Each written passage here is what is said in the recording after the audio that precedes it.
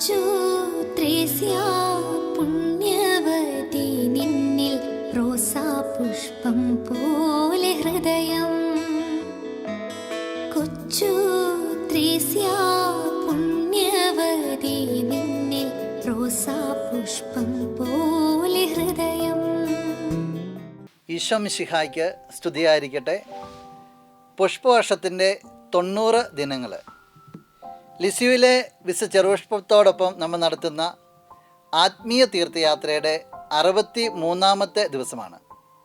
ഇന്ന് നമ്മൾ കാണുക കൊച്ചുത്രേസ്യയുടെ ഫാസ്റ്റിംഗ് ആൻഡ് പെനൻസിനെ കുറിച്ചുള്ള കാഴ്ചപ്പാടുകളാണ്. നമ്മൾ ഈ കാഴ്ചപ്പാടുകളിലേക്ക് തിരിയുന്നതിന് മുമ്പായിട്ട് കൊച്ചുത്രേസ്യ പുണ്യവതിയെ ഈ മേഖലകളിൽ സ്വാധീനിച്ചിട്ടുള്ളവരിലേക്ക് നമുക്കൊന്ന് തിരിഞ്ഞു നോക്കാം. ഒന്നാമതായിട്ട് അസീസിയിലെ വിശുദ്ധ ഫ്രാൻസിസ്. ദാരിദ്ര്യത്തോടും തപസ്സിനോടുമുള്ള അദ്ദേഹത്തിൻ്റെ അഗാധമായ പ്രതിബദ്ധത ദൈവത്തോട് കൂടുതൽ അടുക്കുന്നതിനുള്ള ഒരു ഉപാധിയായി സ്വയം വിട്ടുകൊടുക്കുന്നതിന് അല്ലെങ്കിൽ സ്വയം ഉപേക്ഷിക്കുന്നതിനെക്കുറിച്ചുള്ള കൊച്ചുത്രേസ്യയുടെ ധാരണയ്ക്ക് ഏറെ പ്രചോദനം നൽകിയിട്ടുണ്ട്. രണ്ടാമതായിട്ട് ആവിലായിലെ വിശുദ്ധ തെരേസ. സന്യാസത്തെയും തപസ്സിൻ്റെ പ്രാധാന്യത്തെയും കുറിച്ചുള്ള ഈ പുണ്യവതിയുടെ രചനകൾ കൊച്ചുത്രേസ്യയുടെ ആത്മീയ പ്രവർത്തനങ്ങളെ ഏറെ സ്വാധീനിച്ചിട്ടുണ്ട്. നമ്മൾ ഇനി തിരിയുക വചനങ്ങളിലേക്കാണ്. വിശുദ്ധ മത്തായി അറിയിച്ച സുവിശേഷം 6-ാം അധ്യായം 16 മുതൽ 18 വരെയുള്ള തിരുവചനങ്ങൾ. ഉപവാസത്തെക്കുറിച്ചാണ് ഇവിടെ പറയുക. നിങ്ങൾ ഉപവസിക്കുമ്പോൾ കപടനാട്യക്കാരെ പോലെ വിഷാദം ഭാവിക്കരുത്. തങ്ങൾ ഉപവസിക്കുന്നുവെന്ന് അന്യരെ കാണിക്കുവാൻ വേണ്ടി അവർ മുഖം വികൃതമാക്കുന്നു. എന്നാൽ നീ ഉപവസിക്കുന്നത് അദർശനായ പിതാവല്ലാതെ മറ്റാരും കാണാതിരിക്കുന്നതിന് ശിരസിൽ തൈലം പൂശുകയും മുഖം കഴുകുകയും ചെയ്യുക. ഈശോയുടെ ഈ വചനങ്ങൾ കൊച്ചുത്രേസ്യയെ ഏറെ സ്പർശിച്ചിട്ടുണ്ട്. വീണ്ടും ഏശയ്യാപ്രവാചകൻ്റെ പുസ്തകം 58-ാം അധ്യായം 6-ാം വാക്യം. ദുഷ്ടതയുടെ കെട്ടുകൾ പൊട്ടിക്കുകയും നുഖത്തിൻ്റെ കയറുകൾ അഴിക്കുകയും മർദ്ദിതരെ സ്വതന്ത്രരാക്കുകയും എല്ലാ നുഖങ്ങളും ഒടിക്കുകയും ചെയ്യുന്നതല്ലേ ഞാൻ ആഗ്രഹിക്കുന്ന ഉപവാസം. കൊച്ചുത്രേസ്യയുടെ ഉപവാസത്തെക്കുറിച്ചും പാഴ്സത്തേക്കുള്ള കാഴ്ചപ്പാടിലേക്ക് യേശായുടെ ഈ വരികൾ ഏറെ സ്വാധീനമായിട്ട് കടന്നു വന്നിട്ടുണ്ട്. കൊച്ചുത്രേസ്യയുടെ ഫാസ്റ്റിങ്ങിനെക്കുറിച്ചും പെനൻസിനെക്കുറിച്ചുള്ള കാഴ്ചപ്പാടുകളെ ഒരു 5 തലത്തിൽ ചിത്രീകരിക്കുവാനായിട്ടാണ് ഞാൻ ആഗ്രഹിക്കുക. ഒന്നാമതായിട്ട് ഇൻറ്റീരിയർ ആറ്റിറ്റ്യൂഡ്, നമ്മുടെ ഉള്ളിലുള്ള ഒരു ആറ്റിറ്റ്യൂഡ് അല്ലെങ്കിൽ മനോഭാവം. രണ്ടാമതായിട്ട് സഫറിങ് ആസ് എ ഗിഫ്റ്റ്, സഹനങ്ങളെ അവളൊരു ഗിഫ്റ്റായിട്ട് കണ്ടിരുന്നു. മൂന്നാമതായിട്ട് ജോയ് ഇൻ സാക്രിഫൈസ്, സാക്രിഫൈസിൽ ഉള്ള ആനന്ദം. നാലാമതായിട്ട് ഓഫറിങ് ഫോർ അതേഴ്സ്, ഈ ഫാസ്റ്റിങ്ങും പെനൻസൊക്കെ മറ്റുള്ളവർക്ക് വേണ്ടി കാഴ്ചവെക്കുന്നതിനെക്കുറിച്ചുള്ള തലങ്ങൾ. അഞ്ചാമതായിട്ട് സിംപ്ലിസിറ്റി ഓഫ് ലൈഫ്, ജീവിതത്തിൻ്റെ ലാളിത്യം. നമുക്ക് ഈ 5 തലങ്ങളെക്കുറിച്ച് ഒന്ന് ആഴത്തിലൊന്ന് കാണാം. ഒന്നാമതായിട്ട് ഇൻറ്റീരിയർ ആറ്റിറ്റ്യൂഡ്. ബാഹ്യപ്രവർത്തനങ്ങളെക്കാൾ ഹൃദയത്തിൻ്റെ ആന്തരിക സ്വഭാവത്തിൻ്റെ പ്രാധാന്യം കൊച്ചുത്രേസ്യ ഊന്നി പറഞ്ഞു. ദൈവത്തോടും മറ്റുള്ളവരോടുമുള്ള സ്നേഹത്തിൽ വളരാനുള്ള ആഗ്രഹത്തിൽ നിന്നാണ് യഥാർത്ഥ പരിഹാരം ഉണ്ടാകുന്നത്. അവളുടെ സഹോദരി സെലിൻ എഴുതിയ ഒരു എഴുത്തിൽ ഇങ്ങനെ പറയുകയാണ്, ഒരുവൻ പ്രായശ്ചിത്തം ചെയ്യുന്ന സ്നേഹമാണ് പ്രധാനം. അപ്പോൾ വേറെ എന്ത് ആറ്റിറ്റ്യൂഡിനേക്കാളും പ്രായശ്ചിത്തമായിട്ട് അവൾ പറയുക സ്നേഹത്തിൻ്റെ ആഴത്തെക്കുറിച്ചാണ്. അവളുടെ അന്തിമ വചസ്സുകളിൽ ഇങ്ങനെ പറയുന്നുണ്ട്, ദൈവം ഹൃദയത്തിലേക്ക് നോക്കുന്നു, എൻ്റെ ഹൃദയം ശുദ്ധമായിരിക്കണമെന്ന് ഞാൻ ആഗ്രഹിക്കുന്നു. അപ്പോൾ അവളുടെ ഉള്ളിൻ്റെ ഉള്ളിലേക്ക് തിരികെയാണ്, ദൈവൻ്റെ ഹൃദയത്തിലേക്കാണ് നോക്കുന്നത്. അതുകൊണ്ട് ബാഹ്യപ്രവർത്തനേക്കാൾ ഉപരിയായിട്ട് എൻ്റെ ഉള്ള് ഞാൻ ശുദ്ധമായിട്ട് കണക്കാക്കണം. രണ്ടാമത്തെ തലമെന്ന് പറയുക സഫറിങ് ആസ് എ ഗിഫ്റ്റ്. ക്രിസ്തുവിൻ്റെ പീഡാസഹനങ്ങളുമായി ഐക്യപ്പെടാനുള്ള ഒരു മാർഗമായി കൊച്ചുത്രേസ്യ സഹനങ്ങളും പ്രായശ്ചിത്തവും വീക്ഷിച്ചു. അങ്ങനെ ചെയ്യുന്നതിലൂടെ പരീക്ഷണങ്ങളെ കൃപയ്ക്കുള്ള അവസരങ്ങളാക്കാൻ മാറ്റാൻ കഴിയുമെന്ന് പുണ്യവതി വിശ്വസിച്ചിരുന്നു. അവളുടെ ആത്മകഥയിൽ ഇങ്ങനെ പറയുന്നു, ഞാൻ സഹനങ്ങളിൽ സന്തോഷം കണ്ടെത്തുന്നു, കാരണം അതെന്നെ യേശുവിലേക്ക് അടുപ്പിക്കുന്നു. അപ്പോൾ സഹനങ്ങൾ അവൾക്കൊരു ബുദ്ധിമുട്ടോ മടുപ്പോ സങ്കടമൊന്നും അല്ല മാറ്റിയത്, അവൾക്ക് ഭയങ്കര സന്തോഷമാണ്. അവൾക്ക് ഒരു ഉറച്ച ബോധ്യം ഉണ്ടായിരുന്നു, ഈ സഹനങ്ങൾ എന്നെ എൻ്റെ യേശുവിലേക്ക് അടുപ്പിക്കുന്നു. അവളുടെ ഒരു എഴുത്തിൽ ഇങ്ങനെ പറയുന്നു, നമ്മൾ എത്രത്തോളം സഹിക്കുന്നുവോ അത്രയധികം നാം ദൈവത്തോട് അടുക്കുന്നു. അപ്പോൾ സഹനങ്ങളെ ദൈവത്തിലേക്ക് പിടിച്ചടുപ്പിക്കുന്ന ഒരു മാർഗമായിട്ട് എത്രത്തോളം എൻ്റെ ആഴങ്ങളിലേക്ക് പോകുന്നു അത്രത്തോളം ദൈവത്തോട് അടുക്കുമെന്നാണ് പുണ്യവതി ചിന്തിച്ചിരുന്നത് ഇന്ന് നമ്മളോട് പറഞ്ഞു തരിക. ഇതിൻ്റെ മൂന്നാമത്തെ തലം എന്ന് പറയുക ജോയ് ഇൻ സാക്രിഫൈസ്. യഥാർത്ഥ ഉപവാസവും പ്രായശ്ചിത്തവും സന്തോഷത്തോടൊപ്പം ഉണ്ടായിരിക്കണമെന്ന് കൊച്ചുത്രേസ്യ വിശ്വസിച്ചു. ഒരു കടമ നിറവേറ്റുന്നതിന് പകരം സ്നേഹത്തിൽ ശ്രദ്ധ കേന്ദ്രീകരിക്കുവാൻ അവൾ ഊന്നൽ നൽകി.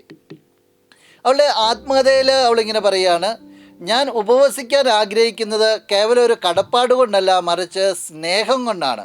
അപ്പോൾ അവളുടെ ഉപവാസമാകട്ടെ പ്രായശ്ചിത്തമാകട്ടെ അവളൊരു കമ്മ്യൂണിറ്റി പറഞ്ഞിരിക്കുന്നത് പെനൻസ് ആയതുകൊണ്ട് അല്ലെങ്കിൽ ഒരു ഉത്തരവാദിത്തം ആയതുകൊണ്ട് അല്ല അവൾ കഴിയുന്നത്, മറിച്ച് ഉള്ളിൻ്റെ ഉള്ളിൽ നിന്ന് അവൾക്ക് വന്നിരുന്ന സ്നേഹം കൊണ്ടാണ് അവൾ ഇതെല്ലാം ചെയ്തിരുന്നത്.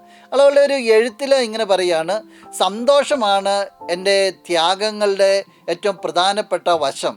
അപ്പോൾ ആനന്ദത്തിൽ നിന്നാണ് അവൾ ത്യാഗങ്ങളിലേക്കും സഹനങ്ങളിലേക്കെല്ലാം കടന്നു പോയിരുന്നത്. പിന്നെ നാലാമത്തെ തലം എന്ന് പറയുക ഓഫറിങ് ഫോർ അതേഴ്സ്. പാപികളുടെ മാനസാന്തരത്തിനും ആത്മാക്കളുടെ രക്ഷയ്ക്കുമായി മാധ്യസ്ഥം വഹിക്കുന്നതിനുള്ള ഉപാധിയായി അവൾ പലപ്പോഴും ഉപവാസവും പ്രായശ്ചിത്തവും ചെയ്തിരുന്നു. ആത്മകഥയിൽ അവളിങ്ങനെ പറയുകയാണ്, പാപികളുടെ മാനസാന്തരത്തിനായി ഞാൻ എൻ്റെ ത്യാഗങ്ങൾ അർപ്പിക്കുന്നു. നോക്കി അവൾ കണക്കാക്കുന്ന രീതി, എൻ്റെ ജീവിതത്തിലെ സഹനങ്ങളും ത്യാഗങ്ങളൊക്കെ കഠിന പാപികളുടെ മാനസാന്തരത്തിനായിട്ട് സമർപ്പിക്കുക. അവൾ വിശ്വസിച്ചിരുന്നു ഇതിന് അവരെ മാനസാന്തരപ്പെടുത്തുവാനായിട്ട് സാധിക്കും. അവളുടെ ഒരു എഴുത്തിൽ ഇങ്ങനെ പറയുകയാണ്, ഓരോ പ്രായശ്ചിത്തവും മറ്റുള്ളവർക്ക് പ്രാർത്ഥനയാകാം.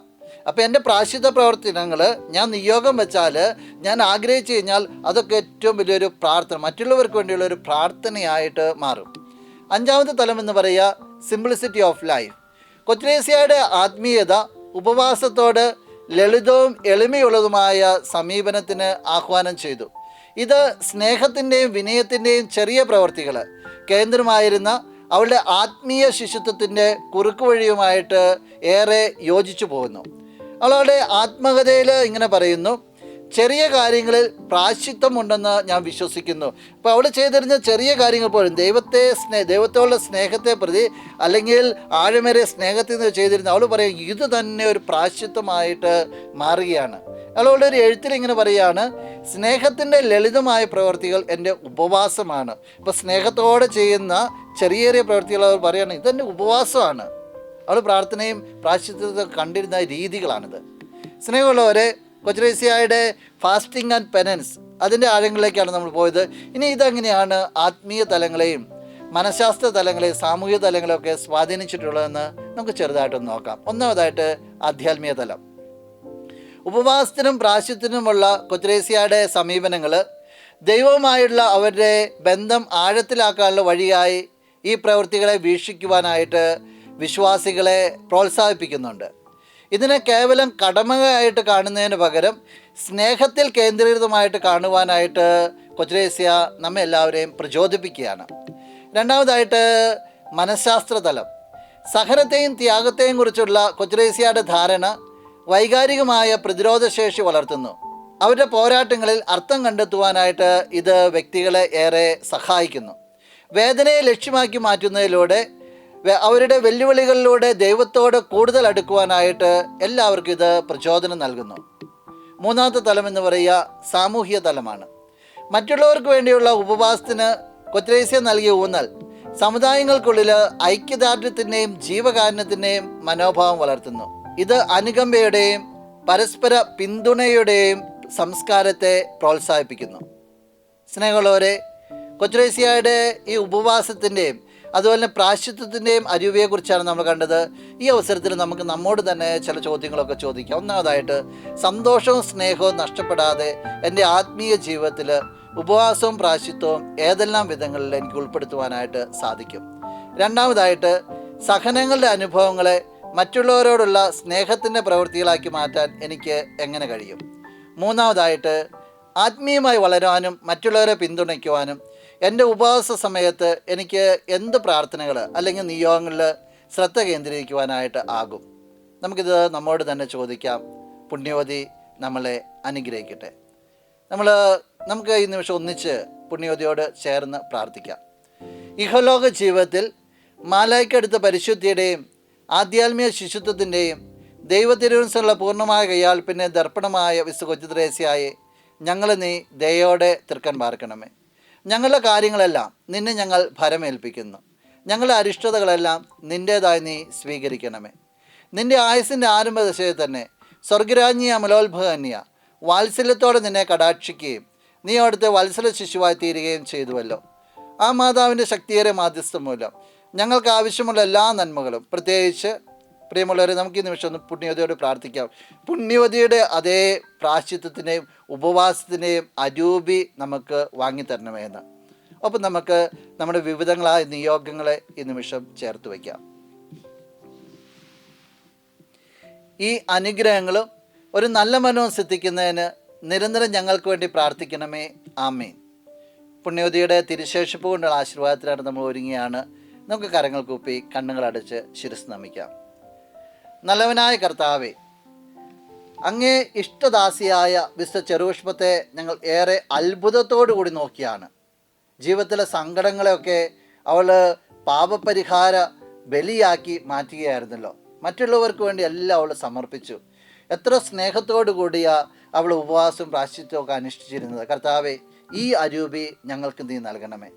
ഞങ്ങൾക്ക് ഏറെ പ്രിയപ്പെട്ട ലിസിയോയിലെ ഞങ്ങളുടെ പുണ്യവതി, നിൻ്റെ ആ അരൂപി എല്ലാം സ്നേഹത്തിൽ ചാലിച്ച് ചെയ്ത, പ്രത്യേകിച്ച് ത്യാഗവും സ്നേഹവും പ്രാശ്ചിത്വവും ഒക്കെ മറ്റുള്ളവരെ ഏറെ സഹായിക്കുമെന്നുള്ള ഉൾക്കാഴ്ച, ആ ഉൾക്കാഴ്ചയെ വളരുവാനായിട്ട് മറ്റുള്ളവർക്ക് വേണ്ടി ഇങ്ങനെ ചെറിയ ചെറിയ ത്യാഗങ്ങളൊക്കെ കാഴ്ചവെക്കുവാനായിട്ട് ഞങ്ങളെയും നീ അനുഗ്രഹിക്കണമേ. ഞങ്ങൾക്ക് വേണ്ടി പ്രാർത്ഥിക്കണമേ. നമ്മുടെ കർത്താവ് ഈശോ മിശിഹായുടെ കൃപയും പിതാവായ ദൈവത്തിൻ്റെ സ്നേഹവും പരിശുദ്ധാത്മാവിൻ്റെ സഹവാസവും വിശുദ്ധ കൊച്ചുത്രേസ്യയുടെ പുഷ്പവർഷവും നിങ്ങളെല്ലാവരോടും കൂടെ ഉണ്ടായിരിക്കട്ടെ, ഇപ്പോഴും എപ്പോഴും എന്നേക്കും. ആമേൻ. സ്വർഗ്ഗത്തിലെ ഈശോദൻ